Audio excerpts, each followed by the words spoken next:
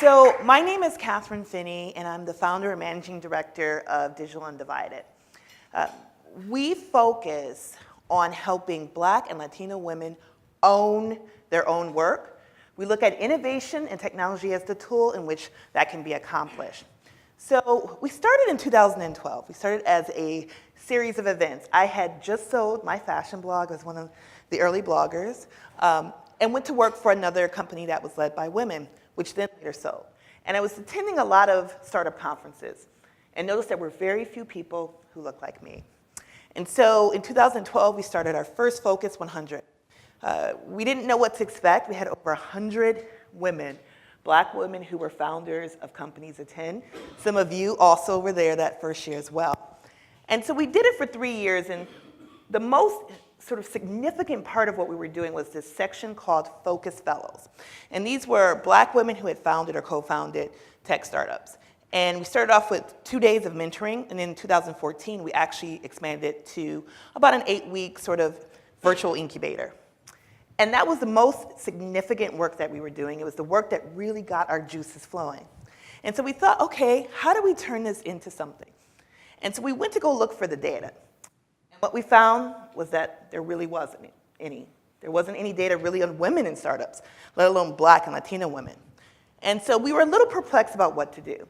And I was talking to a mentor, and a mentor said to me, Kathryn, didn't you go to Yale, and don't you have this degree in epidemiology?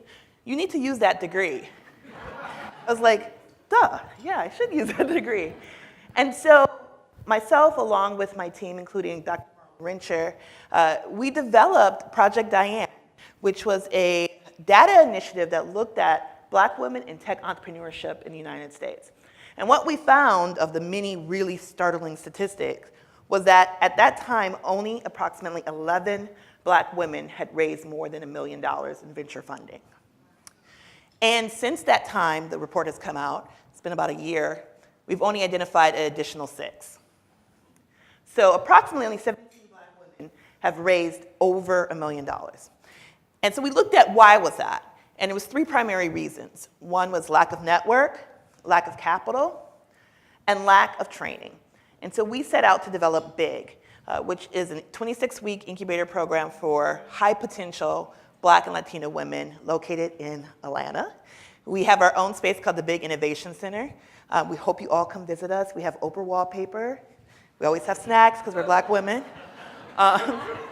And this year alone, we've impacted over 200,000 people, either directly through our series of events or through our Did Tech Talk series, which is an online tweet chat that we hold every week with amazing people. Hopefully we'll be able to get Steve to do one with us.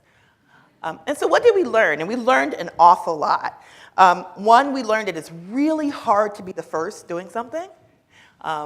We learned that it's really difficult to solve a problem you can't quantify. We all knew that there was a problem that Black and Latino women were not present in the startup community and in the entrepreneurship world, but we didn't know why. And we didn't have any numbers, and we didn't have the language to really explain it. And we found out how important that was. 2, we found that Black and Latino women do scalable growth companies. There was this belief that we don't grow companies, that we don't know how to be in tech, and that's not simply true. We learned in designing our Big Innovation Center that you design the space for your community. There was a lot of ideas of what a tech space should look like. That you need to have the flat screen TVs, you have to have wood on the walls, stuff like that. And there's nothing wrong with that. But we realized for our community that wasn't necessarily inviting. And it wasn't what was going to get our community in the door. So we weren't afraid to put up Oprah wallpaper and a big picture of Shirley Chisholm and Sailor Cruz and have a big sign that says BIG. And what we found, interestingly enough, is that while our space is so for our community, that others who came into our space, regardless of gender and race, also were really excited to be there because it was different and it was cool and it gave them a permission to think differently.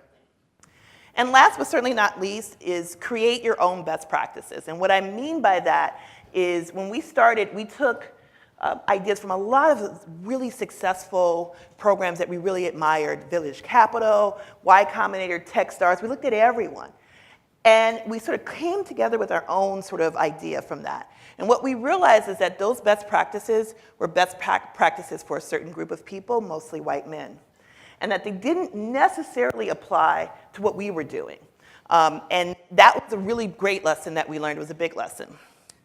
And if there's one thing I can leave you with is this concept of intentionality.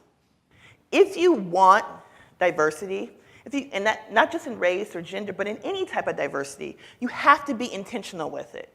And you also have to understand that for some communities, we haven't always been welcome in spaces. People often say to me, well, you guys should just show up.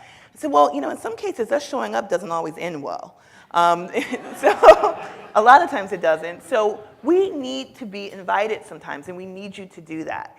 And anyone who's interested in learning more about what we do, anyone who wants to come visit us in Atlanta, we would love to have you. And we're always looking for partners, and we're always looking for cool places to visit. Thank you.